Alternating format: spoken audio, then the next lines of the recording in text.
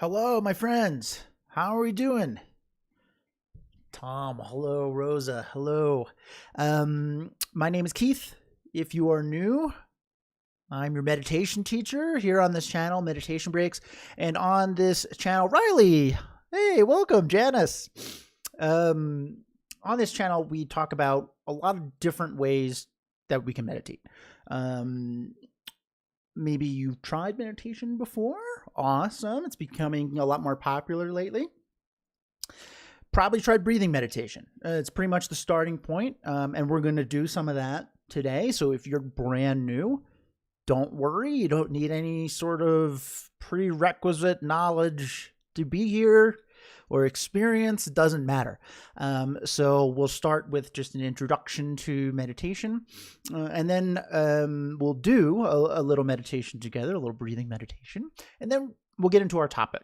We'll do a topic each week, and then a meditation specific to that topic. Oh, thanks. I appreciate that, Riley. So today, considering in the United States, Thanksgiving is next week. And just a heads up that I will not be holding a live stream next week because everyone's going to be traveling, or a lot of people are going to be doing some traveling. So I'm going to be out that week. So I thought this week we would do the my annual Thanksgiving meditation. So,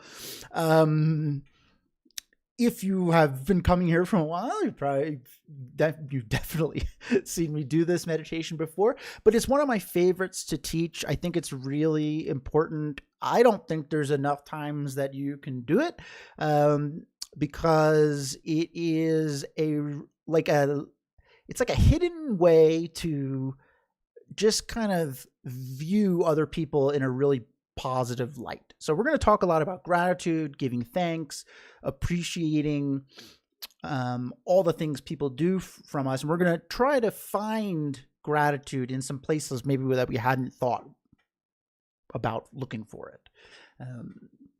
Cool. So that's going to be our little meditation for the second half. If you are new, I do encourage you to ask questions if you have them. If you don't worry. But if you do, you can feel free to type in the chat like a couple of people have already, and I will stop what I'm doing and answer your question. You don't need to wait for me to say it's question time. Just you can fire the questions away, and I will do my best to get to them as soon as possible. Cool? Okay. So we're going to start by just doing a little recap or introduction, depending on if you're new, to meditation, right? So this word meditation, it evokes an image, right? And the image it evokes is the emoji, right? Someone cross-legged with their hands like this. I often joke that, well, it's not a joke. I actually, I do product design. My other job, and if you Google meditation for like a stock image website, it's all the same. People are sitting on the floor, got their eyes closed, they got their legs crossed, right? So this is how we perceive meditation, right? And that is a form of meditation. You can meditate sitting down with your eyes closed and your legs crossed and doing whatever with your hands. But that is not the only way to meditate, right? So a way of expanding what we might consider to be meditation is, we can say meditation is a technique used to familiarize your mind with something. So we don't really think about that phrase a lot because it's not something that it's not like a common phrase. We don't ever go around saying, yes, I've totally familiarized my mind with how to use this software program or whatever, right? But it's happening, it's happening. So we can look at, hey, Connie, welcome. So we can look at physical familiarity, I think is an easier way to understand the benefits of being familiar with something, right? So take driving a car. right? And presumably, we've all been driving for a good amount of years. If you don't drive and you never did, you could think about a different thing, riding a bike or whatever, walking. But, driving a car is something that comes pretty natural to us right now. Right? We can do a lot of stuff when we're driving. We're not supposed to, but we do it. So you put on your shaving or like putting on makeup and we're driving, or we're messing with the radio or texting. Not supposed to do that. But the point is, like, we're so familiar with driving that the mechanics of it don't really take a lot of concentration for us, like exclusive concentration. Now, when you were just learning how to drive, trying to get your old driver's license there, oh man, first time I got into a car, as it is a little overwhelming. Where's that brake pedal? That's the most important one, right? So what happened in between, not knowing where a brake pedal is, like what all these buttons do, to now where you can drive while doing anything. Right? Familiarity, practice, right?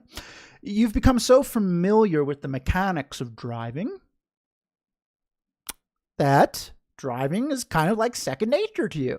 If you're like, I got to go to the store, you don't have to think, okay, well, there's the brake pedal and that's the gas, and oh, my mirror's over there. Like, we don't even think about that anymore. It's instinctual. We got it. Right? So the kind of superpower of familiarity is the more familiar you are with something, the easier it shows up. Like, the easier it comes to you, the easier it flows, the more readily it shows up, right? Now, this is for good and bad. So if we think about something like anger, which is definitely a kind of negative mindset we aren't clamoring for, right? Anger comes very quickly to us, very naturally. Somebody says something to us, we're having a great day, somebody says something to us we don't like, boom, frustrated, annoyed, instantly. We don't have to stop or be like, hey, I gotta try to get angry. It just happens. Right? Now, something like patience, which would be the antithesis to anger, and that requires some effort. We have to stop. We have to try to be patient. We have to put a lot of effort into being patient. Right? And this is not because we are some angry person or we're incapable of being patient or whatever. It's purely that our mind has had a lot of practice getting annoyed. Right? We think about the grand scheme of our life. Our mind's probably had more practice getting annoyed than it has being super patient. And so our mind can gravitate towards that, right? It's just familiar with it. So it starts to pop up more regularly. So meditation is one of the best ways to start to dictate what your mind is familiar with, right? What starts to pop up more naturally, right? Riley, I'm familiar with business. How do you suggest getting familiar with stopping and focusing on breathing or gratitude or something? I am a multitasker. So great question. And what we're going to be doing together today is sort of like anti-multitasking. And I'll talk a little bit about that in a second. Awesome question, Riley. Thanks. So we're basically using meditation to start to choose. What do you want to be familiar with? Do you want to be more familiar with patience than anger? Okay, cool. We often start meditating for being relaxed, right? Meditation does not create relaxation. It's teaching you to become really familiar with the relaxed version of yourself. Oh, that's a great version of you. All right. It would be awesome if that version of you was just kind of there all the time, but right now it takes effort to be that relaxed, calm, cool, collective person, right? It's there, it pops up, but it takes effort. The more familiar we get with it, that version of ourselves, right, the more readily it's going to show up. Familiarity plays a massive role in every aspect of our life. And it plays a massive role in gratitude, which is what we're going to talk about later today. right? So, to Riley's point, in order to like kind of make use of all of this great stuff, we have to learn how to do the practice of meditation. So what we're going to do together first is a short breathing meditation. More formally, this is called single-pointed concentration, which is the opposite of multitasking, right? So some people are like, oh yeah, I'm a multitasker. Like Riley's like, I'm a multitasker. Now other people are like, oh, I'm not good at multitasking. I can't do it, right? But all of us multitask all day long, right? We're talking to somebody and we have an itch, like in our minds, like, hey, you got an itch. And then we're like, oh, scratch it. But we're still talking to that person. We're juggling different things. That's multitasking. We're juggling. You can't actually be thinking about two different things at once, but we're constantly juggling things, right? And sometimes it's so quick that we don't even notice, but our mind has become so familiar with doing this that it's like almost its default state, right? Which is great for getting tasks done, but it's not so great for being relaxed, right? When we're trying to do a bunch of different stuff, sometimes it can be kind of frustrating. It takes a lot of effort to do that, right? It can be mentally exhausting. So we're going to practice a technique called single-pointed concentration, which means we're going to focus so exclusively on one thing that all the other things are going to start to fade a little bit, right? So if you've ever been in the zone, a lot of athletes experience this, or if you're working on a project at work, right? You're super plugged in, lose track of time. People call your name, you don't hear it. Maybe some noises that are around the house or office, it's like they're gone, right? You ever experience that? Sometimes they call it like flow state or whatever. That's a good comp to what we're going to start to train in doing. We're concentrating so much on one thing, there's no room in our mind for the other stuff. All of the worries, anxieties, the things that are pulling for our attention all day long, stress, what am I going to do at that project tomorrow for work? They're going to fade a little bit into the background, and we're going to settle. We're going to relax. Mm-hmm. So it's an interesting concept. Through concentration, we can relax. We normally don't think of concentration in that way. We normally think concentration to be quite not relaxing. Tom, I've been a multitasker for 40 years. I was proud of how well I multitask. Now it's time to not. I know you can show me the way. I hope so. So, like I said, multitasking is a wonderful tool. And being able to, it's like a superpower of our mind, right? To be able to kind of snap to different things, right? The goal here is to start to multitask on your own terms, right? It's kind of that's kind of like a theme here with meditation. We are starting to dictate what we want to focus on, what we want to do, what we want our mind to be preoccupied with on our terms. Because right now, the mind's kind of doing it, right? Your mind, we're watching a Netflix show and the mind is like, hey, remember that project coming up? You're super nervous about it. And we're like, no, I like this show. Please leave me alone. And your mind's like, no. We're going to think about this now. So we got to train our mind, right? So that way we can be like, hey, I got to multitask right now. Let's do it. Or, hey, you know what? Now's not the time for it. Great. Thanks, Tom. Okay, so we're going to do some breathing meditation together. Instructionally, pretty straightforward. 3 steps. 1, we are going to decide to focus single-pointedly on our breath. That's it. We have to kind of make that choice, right? Because we're practicing doing this intentionally. Sometimes we get into a flow state unintentionally, which is cool, but we're practicing doing it. It's a practice, so we have to decide to do it. So we're deciding, I'm going to focus single-pointedly on my breath.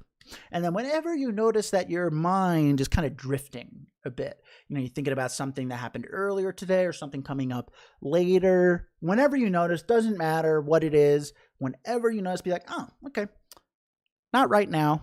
Or bring our attention back to breathing. Not right now is kind of our little mantra here, right? We're not saying those thoughts are useless or those thoughts are not important. We're saying, yeah, I see them, but not right now. We're telling our mind, I'm in control. And right now we're focusing on our breath. All right.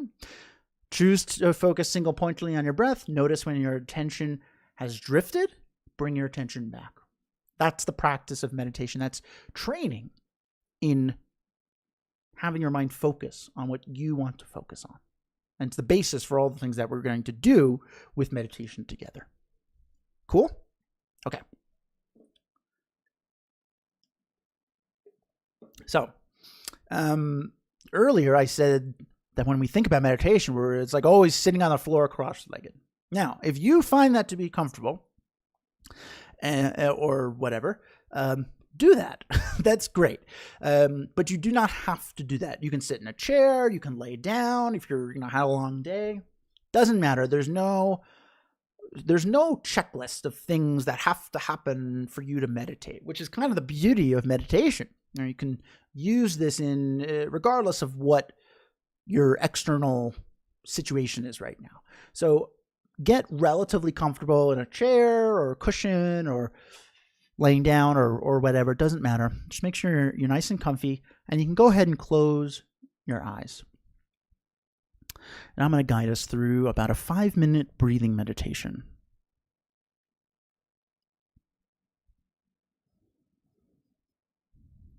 Whenever we start a meditation, the first thing we always do, we check in with ourselves. Ask yourself, how am I feeling right now? In this exact moment, we're not worrying about earlier or later, just now. How are you feeling now? Maybe you're tired. Maybe you're energetic. Maybe you're feeling really happy. Maybe more melancholy. Whatever it is, doesn't matter. It's perfectly fine. We're not doing anything about it. We're just noticing what our mind is up to. This is an exercise in mindfulness. Mindfulness is an active awareness of your own thoughts moment to moment for the purpose of being able to respond skillfully to those thoughts. So just take a moment, check in.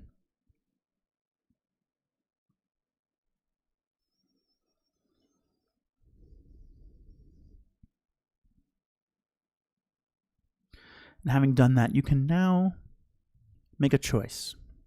You can choose to focus single-pointedly, exclusively on your breath. Breathing in and out, gently, naturally.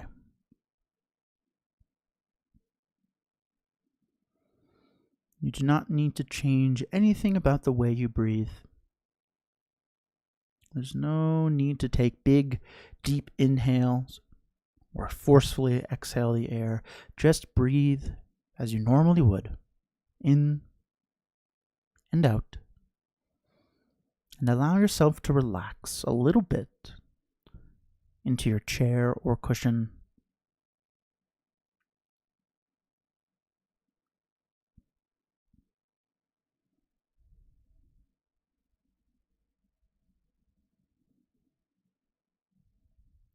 Single-pointedly focused on breathing in and out, gently, naturally.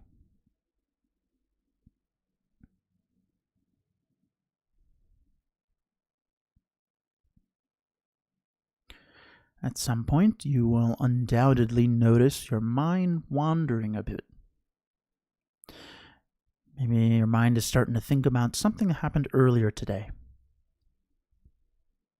Maybe it's starting to think about something that you have to do later, after this class ends. Whenever you notice that your mind is drifting in this way, we can just very gently say, not right now to those thoughts. We'll get to them later. And then guide your attention back to breathing in and out, gently, naturally.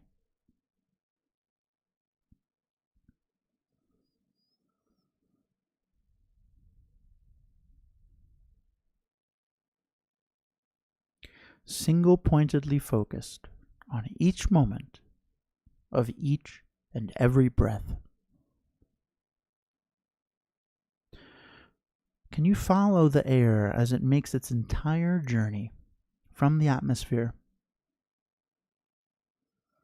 into your body as you inhale,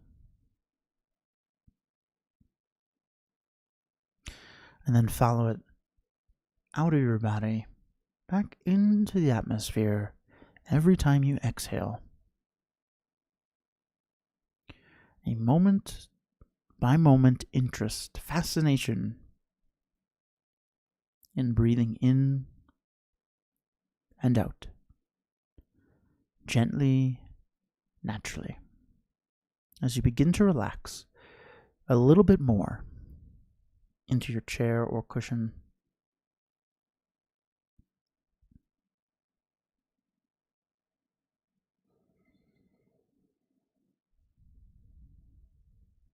Keep bringing your attention back to your breath whenever you notice it drifting.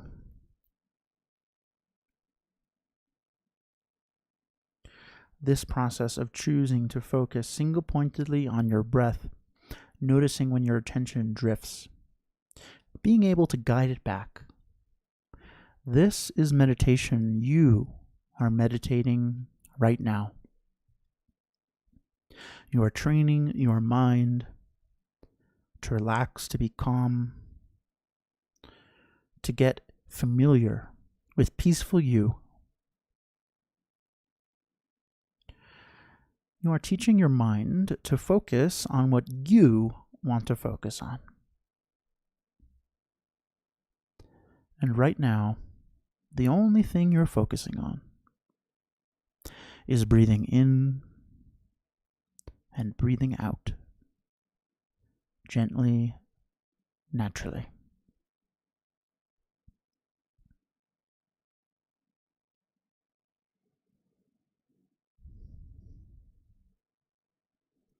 So just for the next few moments, continue to breathe and just enjoy sitting here, relaxing.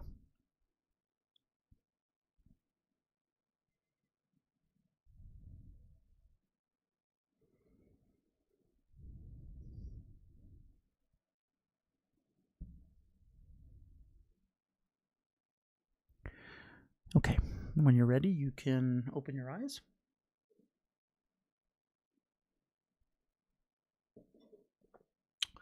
Hello, welcome back. Hopefully that was enjoyable, relaxing. If that was your first time ever trying meditation, breathing meditation, maybe you're like, wow, my mind's all over the place. Which is extremely common. And I've been meditating for a very long time, and my mind still drifts. The goal here is not to never get distracted. And that's kind of, I know we have high expectations for everything we do, right? But the goal is not to eliminate distraction completely, but rather to notice when our mind is trying to go to a different direction and being like, hey, wait a second, and bringing it back. All right, Janice, nice and calming. Great. Glad to hear it. Okay, so this is, hey, Alex, how you doing, man? So this is a very traditional, straightforward breathing meditation. There's a lot of different types. There's counting meditation. We can do visualization. And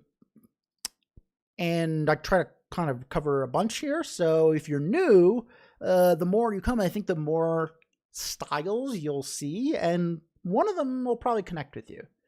Sometimes people really like counting meditations where we're counting breaths instead of just focusing on the sensations of the air moving in and out, right? One isn't better than the other, right? The only thing that is required for something to be meditation is you choose to focus on it single pointedly. Notice when you're no longer focusing on it single pointedly, bringing your attention back, right? This is the training. This repetition is the training that we need to have our mind focus on what we want to focus on. It's going to take some time. Our mind is like a poorly trained pet. Been letting it jump on the couch, and then all of a sudden we're like, hey, don't jump on the couch. Our mind's like, I've always jumped on the couch. So we have to train it, right? All right. So that's breathing meditation. If you have any questions about any of that, feel free to ask. I'm going to move on to our topic for today, which is our annual Thanksgiving themed gratitude class, though I do teach it quite regularly because I think it's important, and it's one of my favorites to teach. I'll be honest with you, when I started meditating and I learned like this type of meditation, this gratitude meditation, I was like, it's kind of lame. I don't know, it's cynical or whatever. I was like, it's corny. I don't like it. But the older I got, the more that I kind of practiced it, it's one of my favorites. I think if you only chose one, this would be the one I would choose. It's that important, I think. So this is what we're going to talk about and then meditate on is gratitude, recognizing kindness, giving thanks. All these things kind of fold into the same package, right? Now, very timely with Thanksgiving being celebrated next week in the United States. What's the old tradition there, right? Or Thanksgiving, we sit around the table. I don't know. This is what we did, my family. I don't know. Maybe this isn't a tradition. We sit around and we say things we're thankful for. I think that's what you're supposed to do, right? So when we do that, a lot of the same things come up. Right? Oh, I'm thankful for my house or my friends and my family, right? Or my health is another one that pops up, right? There's a couple of thematic ones that seem to always pop up. Right? Sometimes these things are things, right? Like like job, house, people, right? Job, house, whatever, and all those things, interestingly enough, if we think about it, they have people involved in them, right? Your job needs people to have it exist. Your house was built by people, right? People are intimately involved in all of the things that you're thankful for, all these things. Sometimes we immediately gravitate towards people, like the friends, the family, parents, daughter, son, whatever. But the roster of people that we're recognizing as really important to us, that we have gratitude for, which is how I would define gratitude, is the recognition of the importance in something or someone, right? That net, the roster of the people that fall into that category is actually quite small. We verbalize it in a quite small way. But the roster of people that make our life enjoyable, possible, all of the things that we love doing, like the amount of people involved each and every day that make all of those things possible is an astounding number that I don't think could be pinpointed, right? Countless people are involved in all of the things that are important to you, right? I love skiing. It's coming up winter here in Colorado. I have worked as a ski instructor. I have worked as a lift operator. there are a lot of people that run that mountain to make skiing fun for everybody, right? And you don't know a lot of them, but they're there and they're working all the time. That way you can enjoy skiing, right? It's just an example. So what we're going to do today with this meditation on gratitude is we're going to look at our life as if it was our favorite TV show, right? You ever watch the credits of a movie or TV show? We don't often watch the credits, right? Which is a whole separate thing. But if you ever do, sometimes we're like, oh, so-and-so they were fantastic in this movie. I will watch the credits to find out what their name is so I can watch other movies that they've done. So then we'll stick around for the credits and we're looking. And there they are. They're right at the top. Lead actor, actress. Right? And we're like, oh, they were awesome. They made this movie incredible. Yep. And then we leave. We turn off the credits after that. But if you happen to stick around for the exhilarating experience of credits, you would notice that there's an alarming number of people that were involved in making this show or film, right? There's countless, right? So many names. Now, we're not clamoring for, the person who holds the boom mic to make the sound clear. We're not like, man, they were incredible. But that person, the boom mic tech, I think they're called, is an integral part of the movie being enjoyable. I don't know if you've ever watched a movie with not great sound quality, but it's not very enjoyable, right? And so that is a person that is intimately involved in something that we cherish, that we are thankful for, this show that we love, right? Movie that we love. And they're a big part of that, right? They're somebody that we hadn't considered to be a big part of that, but they are. Right? If we break it down, they are. So what we're doing is we're going to view our day up until the point, whatever time it is, maybe you just woke up, that's fine. Maybe you had a whole day and you're getting ready for bed, that's fine too. We're going to view a little snapshot of our day as if it were a movie, right? And we're going to stick around for the credits.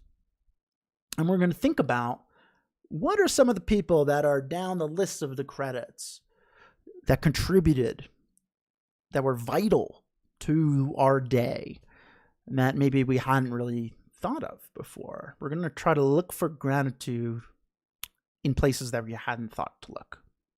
And, it might be like, oh, this is interesting. Why? Right? Why even bother? Right? So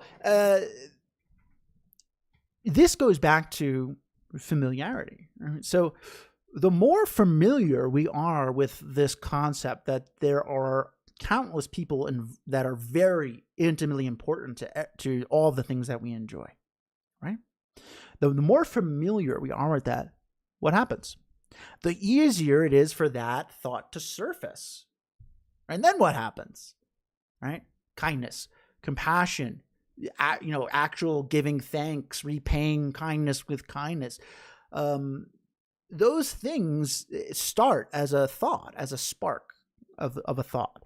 And the more intimately the more integral we can make this idea that a lot of people are involved in our happiness, we're going to start to view other people in a lot different way. We're going to start to develop natural compassion, which is good. Right? It's not a bad thing. So that's our goal with this meditation. It's fun. I like it. It's visual. So whereas we just did one that was, not that visual, we're going to do now one that is kind of visual. So maybe you'll gravitate towards this, right?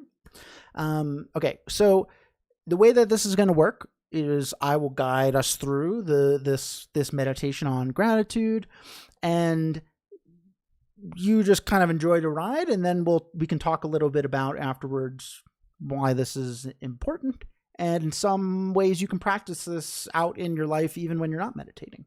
Cool? Okay. So go ahead and get comfy again. Maybe you want to change your seat. The previous seating arrangement was unacceptable, and now you want to go to a different spot. Do whatever you want to do. Make sure you're nice and comfy. You can go ahead and close your eyes. And I'm going to guide us through this meditation on gratitude. Okay.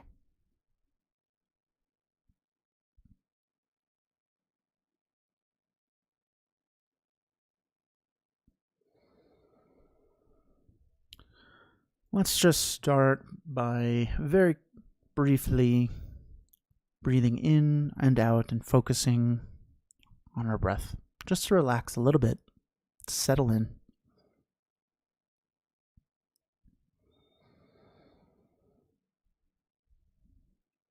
No need to think too much about it. We're just breathing. We're enjoying sitting here. In and out. Relaxing into your chair or cushion, mattress.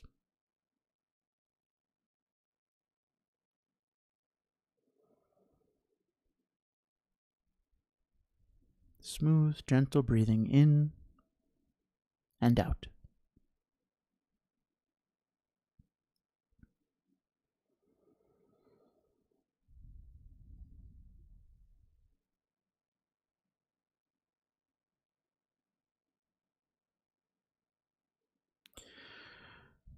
Now I'm going to guide us through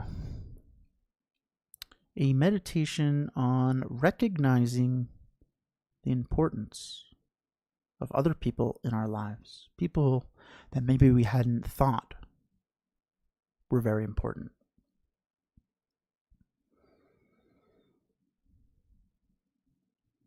This morning, presumably you woke up in a home or apartment,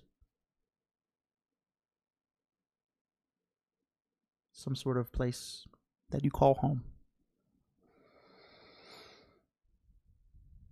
Who built this place that you call home? The building, the house. Other people. Who built the tools that were needed to construct this house?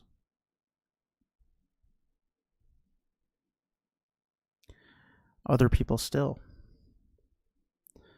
Even the materials that were needed to be gathered, mined to make the tools that made your house.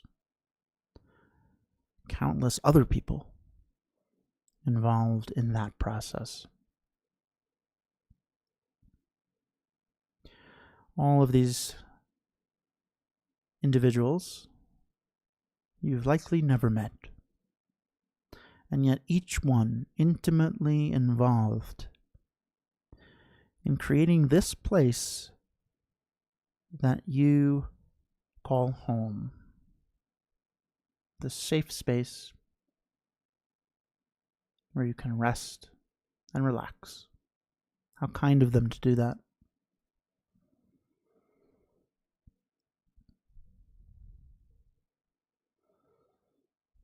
Maybe you woke up in a bed, comfy mattress, pillow. Who made the mattress? Who made the pillow?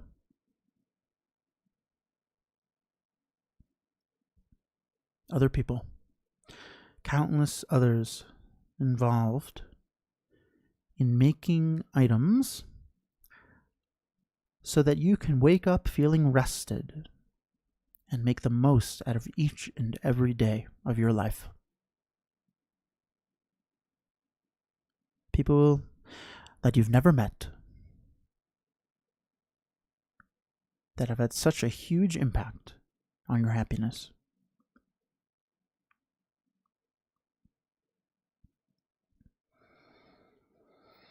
Maybe after getting up, you took a shower. Who ran all of the plumbing to get hot water to your shower so you can be clean, refreshed,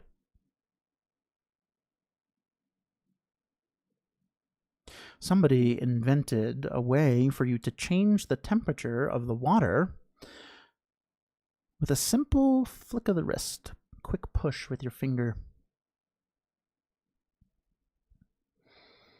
Countless years spent inventing this thing that we use every day to feel refreshed, to feel comfortable.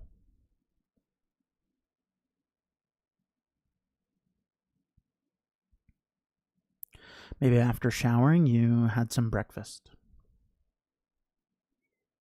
Perhaps a piece of fruit. Who put that piece of fruit in your hand?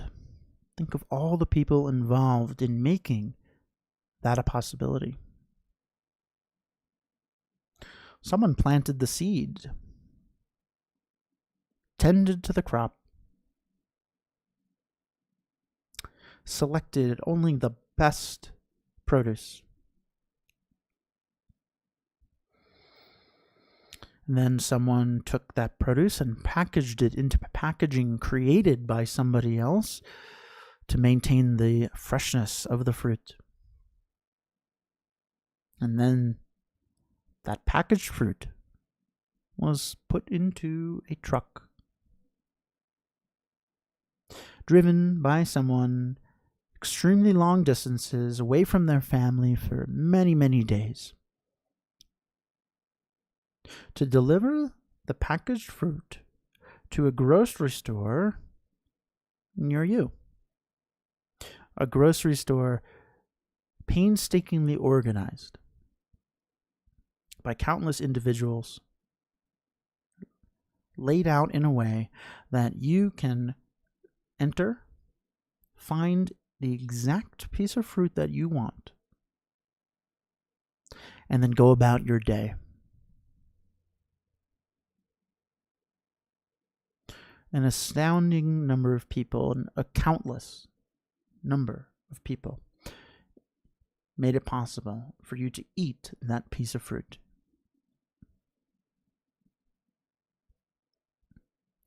Now, we may be thinking, yeah, but, I pay for the fruit and I pay for my house and I pay for all that with my money.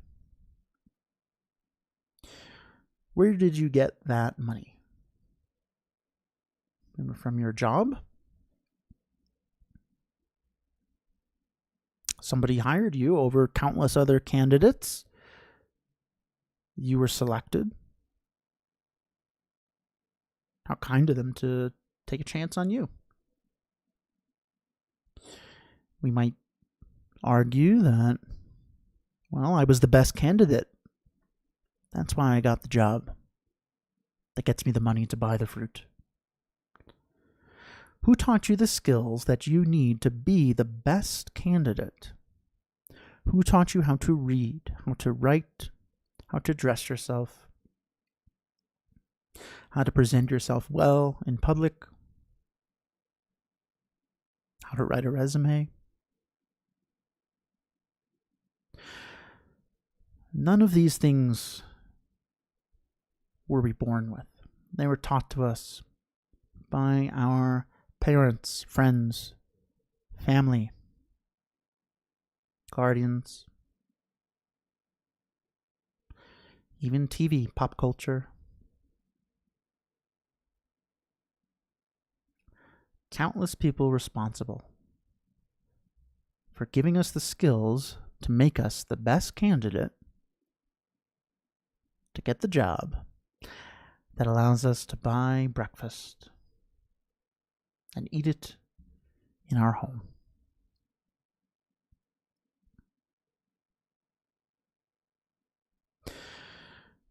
We often think of ourselves as completely individual,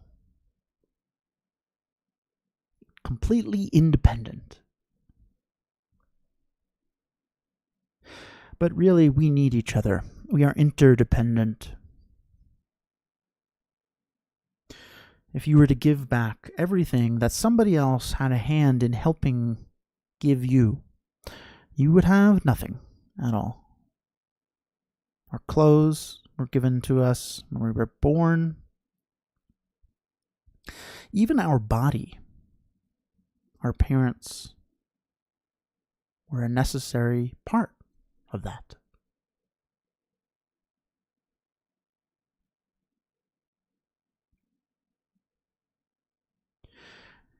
We are interdependent.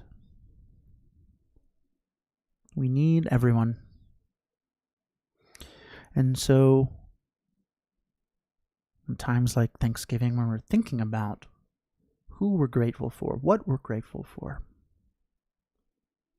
it can be a really wonderful practice to do this exercise, to expand the list, to let the credits roll, and observe all of the people intimately involved in making your life possible, enjoyable, wonderful.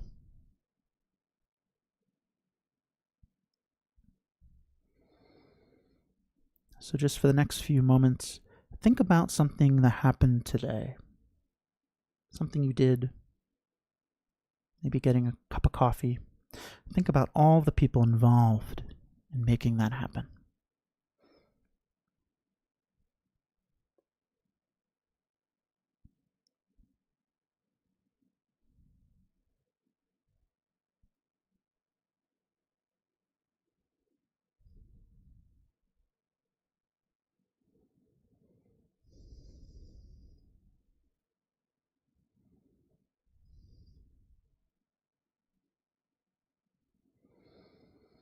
Okay, when you're ready, you can open your eyes.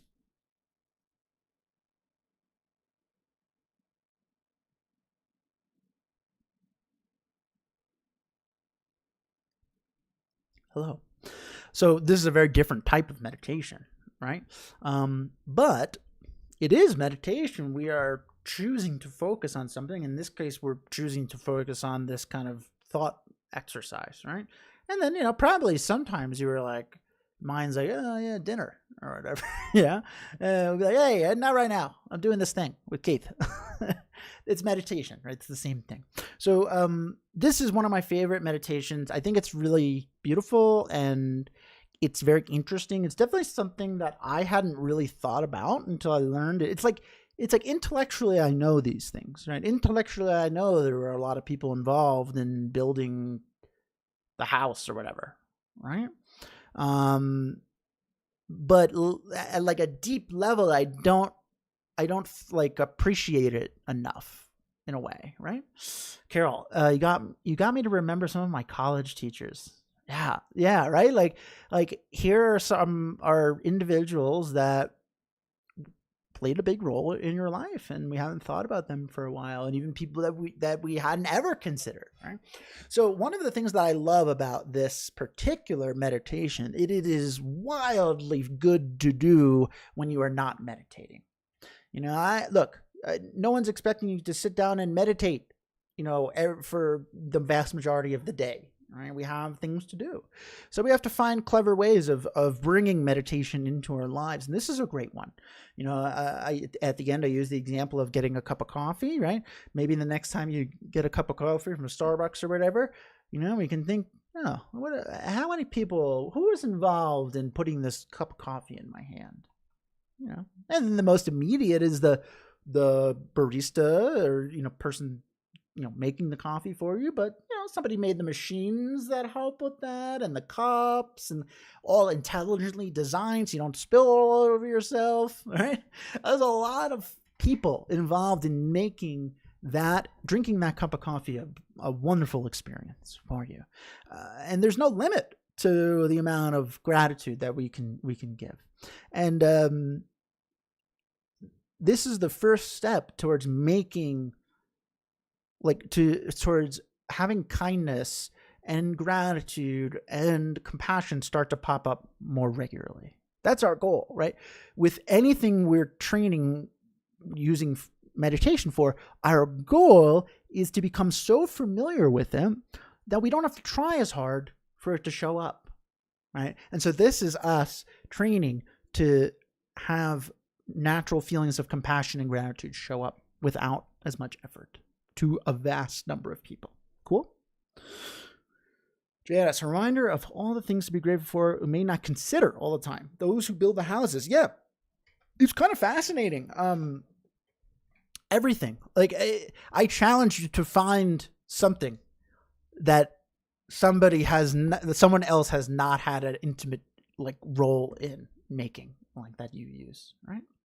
Tom, thought about your grade school teachers. Yeah, it's a good one, right? Like that's a really interesting one, and it's one of the more common kind of things people say. It's like, oh yeah, but like I get all this money for my job, and like I earned it in this and that. Like you talk, absolutely, but people taught you those skills, right? And we forget about those teachers. We forget about the people who taught us the skills that allow us to enjoy the things that we enjoy today. Cool? Tracy, thank you. That's very nice. I'm thankful for you. I'm thankful for you guys because I love teaching and I couldn't do it without you. So thank you for being here. So hopefully you found this to be fun, relaxing, interesting, thought-provoking, any and all of that. I do encourage you to just play a little game with yourself, and the next time you're out and about or, I don't know, working, take a second and think about, a lot of people have made this keyboard that I'm typing with. Yeah. The more you do it, the less effort it takes for it to pop up. Cool? All right. Well, that's it for today. If you had a good time, great. I will not be streaming this week or the next week. I'm sorry. Next week or the following week. This week I did. So next week is Thanksgiving. A lot of people are going to be gone, myself included. So that's kind of taken precedent there. And then the following week I have a trip for work that I won't be around for, but then I'll be back. So you get 2 weeks off. All right, everyone behave. A great opportunity to practice some of the things that we've done. And then when we get back together, if you have any questions about anything that has been difficult while practicing on your own or not, or anything that's come up, like I'd love to hear about it, right? So that's the schedule for the next couple of weeks. If you haven't subscribed to my YouTube channel, I encourage you to do so. All my old videos are up there. So if you miss me that much over the next 2 weeks, which I doubt, you can watch some of my old videos, on anxiety. Maybe that's interesting to you. Bunch of old videos up there that you can peruse, and you get notifications if you subscribe, in case you forget that it's meditation day. And then finally, if you are interested in pursuing meditation as a private study, I teach privately. I do one-on-one classes. They're usually over Zoom. I'm very laid back. It's a very casual experience, good environment to learn, and we can focus on things that are pertinent to you. So if any of that is interesting to you, you can email me and we can work out some of the details. My email is keith@meditationbreaks.com.